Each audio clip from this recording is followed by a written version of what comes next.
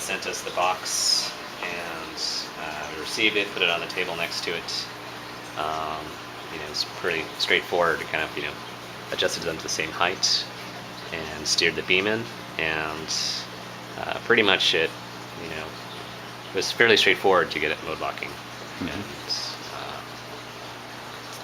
And from here, the femtosecond pulses come up through the scanning system and are scanned across a sample.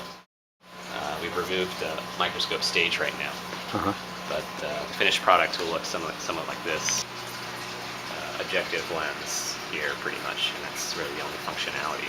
And this happens to be single photon, so we have a 473 DPSS laser scanning the sample. And in this case, we're looking at zebrafish, so small fish. Cross-linked polymer. It's like Jello, basically. And when this is melted, we put the fish inside a droplet and cool it down. And the fish will be alive for several days. And you can image the brain activity in the fish. So it will be fixed in this gel. Okay. And diameter.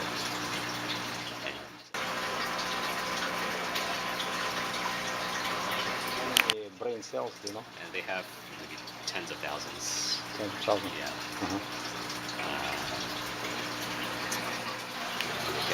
Eventually they'll get kind of big.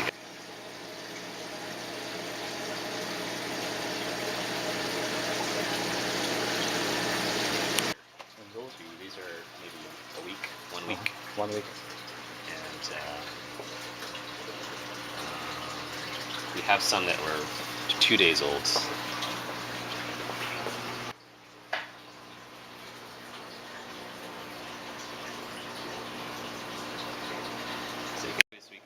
Show them a small video screen or an LCD screen and create different patterns of illumination, spots, moving bars. These are the kind of typical things that have been done in similar fields in mammalian models, and look at basically evoked activity due to different types of stimuli. For a longer wavelength excitation, and using sort of 2 infrared photons as a single photon through this nonlinear effect, we can excite dyes at excitation wavelengths half the wavelength of the femtosecond pulses. So the wavelength we're using the laser at a wavelength around 800 nanometers, and so we're exciting dyes approximately around the 400 nanometer. More or less based on fluorescein.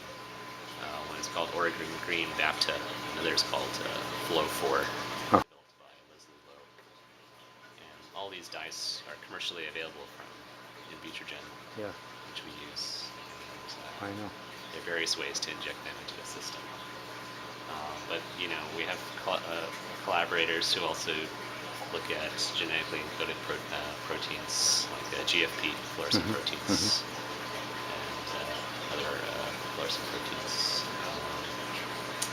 With the typical experiment, how long do you keep? So typically, we image at about 1 frame per second, and in the case of mammalian tissues, we can image for take a series of images for hours at a time, and we can repeat the imaging and do so-called chronic imaging, so the imaging can be actually done over a course of months with the same animal.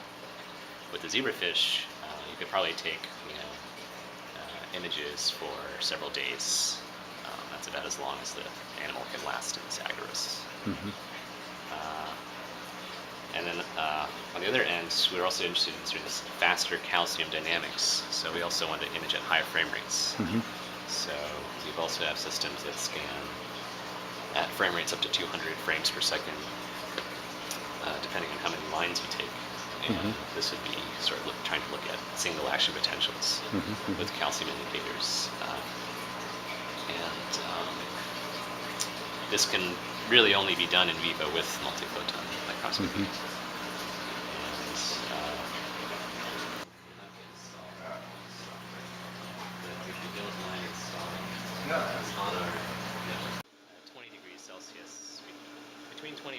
Celsius. There's not much difference in the performance we found. But it more or less runs the same stability, same wavelength. Everything was the same.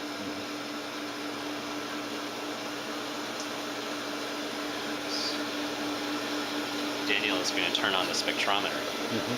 But right now, he's turn up the power.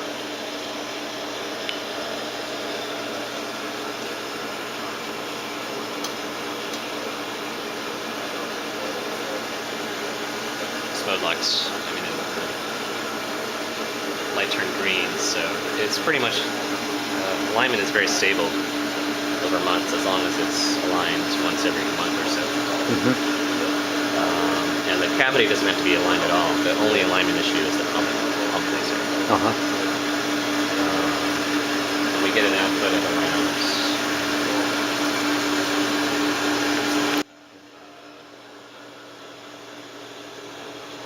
What is the pump power now? Pump power is around probably 6 or 7 watts.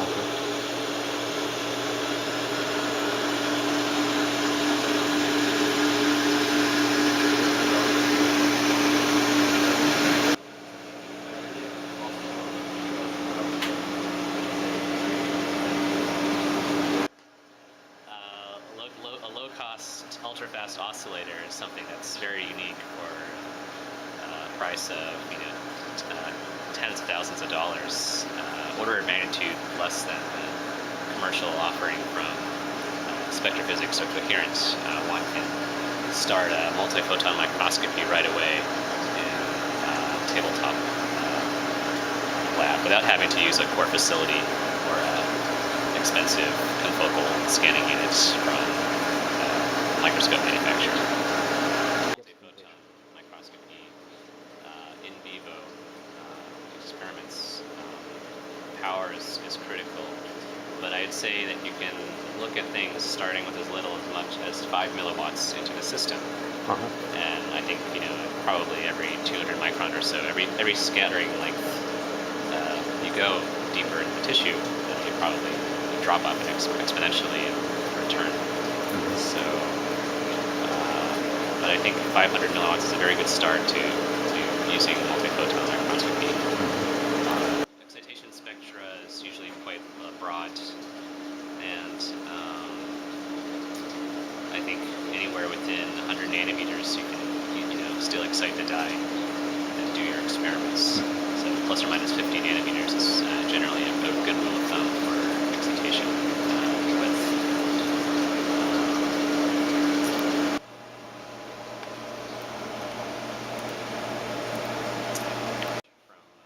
Behaving and awake animals and live animals and intact brain volumes, how populations of these neurons encode information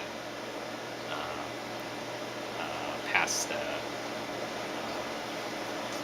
brainstem and the cortex. And so where does this information get integrated? Where does it get compared with previous experiences? And how does it form, or what data format does the sensory information inevitably take in the brain? Companies are making money by producing large finished boxes, right, that cost $1 million once you add everything together. And a lot of researchers realize they can put something together fairly cheap.